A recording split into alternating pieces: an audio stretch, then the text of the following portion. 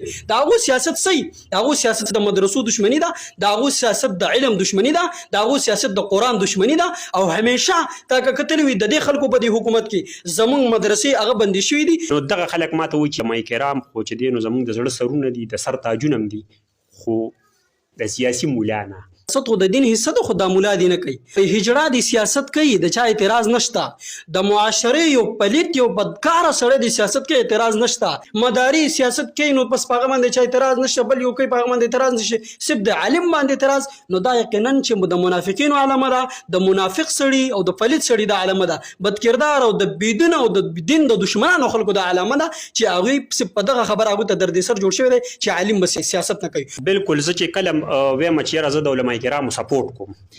د علماء کرامو سپورټ وکړئ علماء کرامو پسې رد بد مه وایئ. نو دغه خلک ماته وایي چې یاره موږ علماء کرام خو چې دی نو زموږ د زړه سرونه دي د سر تاجونه هم دي خو د سیاسي مولا نه. نو دا خلک چې دی نو د دې خلکو په باره دې ته منافقین ویل کېږي دې ته کومه طبقه ویل کېږي چې کم یو سړی ورباندې پوهه وي که نه چې دا سیاست د دین حصه ده او بیا هم د راضي او د تقیباز کوي او د منافقت کوي په دې کې چې یاره دا سیاست خو د دین حصه ده خو دا مولا دي نه کوي. هغه مفتی سردار علي حقانی رحمه الله به فرمایلو وایي هجړه د سیاست کوي د چا اعتراض نشته.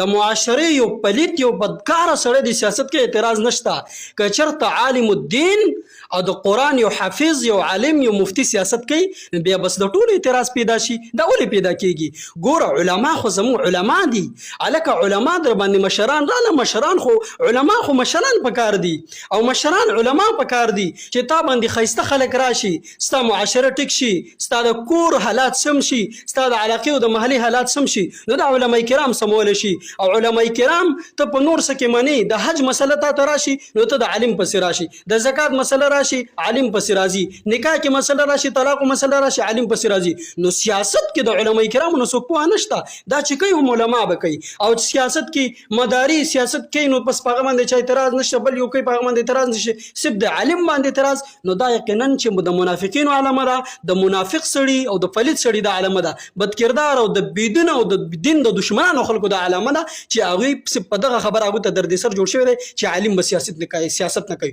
نو سیاست دا د انبیاء منشا ده انبیاء سیاست کړي صحابه کرام کړي تابعین او تبع تابعین کړي منګه د دې امت علما یو منګ به سیاست کوو او منګ به په سیاست کوو خو زمونږ سیاست د امریکای والا سیاست نه دی چې د امریکای نه بتاویږي راتاویږي. زمونږ سیاست د مدینه سیاست دی د مدینه نه بتاویږي راتاویږي. دغه نور خلکو سیاست وتا کتل تور سره ډیر وخت پاتې شوی دا هغو سیاست صحیح دا هغو سیاست د مدرسو دشمنی ده دا هغو سیاست د علم دشمنی ده دا هغو سیاست د قرآن دشمنی ده او همیشه تا که کتلی وي د دې خلکو په دې حکومت کې زمونږ مدرسې هغه بندي شوي دي زمونږ دغه قانون کې به دا ډبې به پرتې وي په هغې کې به چانده کوله هغه به دوی اوچتول وایي دا دهشتګردو ته چانده ورکوي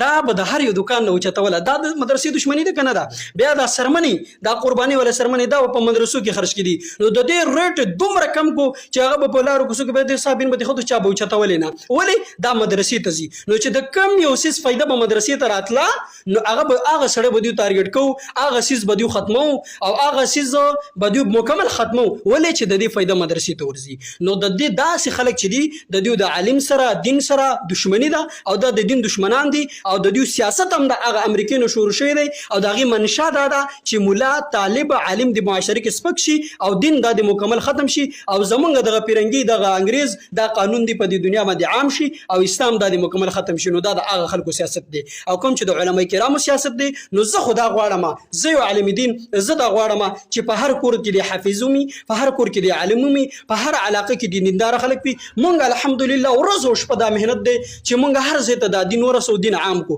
او الحمدلله دا مهنت به مونږ کوو او چې اوس یو سړی زما مخې ته راځي او هغه د دین دشمني کوي او هغه هلته کې د هغه طاقت په پارلمنټ کې خپل مضبوطوي او پارلمنټ هغه ځي او هلته کې طاقت مضبوطوي نو زه خو به د دې څه نه بیا چغې نشم هلته چې زه دلته په دې کمره کې کښېنم چې دا د خبره د دې غلطه ده او زه ورپسې ځم او هلته کې به د هغه مقابله کوم هغه به هلته کې راسملوم او خپه به پرېږدم بیا به وروسته معاشرې ته دلته کې راځم یا به دلته کې خپل نور ملګري پرېږدم او هلته کې به د هغه مقابلې ته وځم. نو سیاست دا کول دې دپاره چې دین به مضبوط شي. زموږ سیاست صرف دې دپاره دی، لارې او د کوڅې او د پیپو د دې سیاست یې موږ نه کوو د پیسو که نه د نورو خلکو موږ ته دومره ډیمانډ راکوي د روپو د هر څه، او موږ الحمدلله دا سودا چا سره نه ده کړې، او کومو چې کړې ده نو هم په دنیا کې ذلیلې دي هم په آخرت کې ذلیلې دي، او انشاءالله تعالی چې د ذلت سره مخامخ اوس هم دي او بیا هم تماشه کوو مخکې.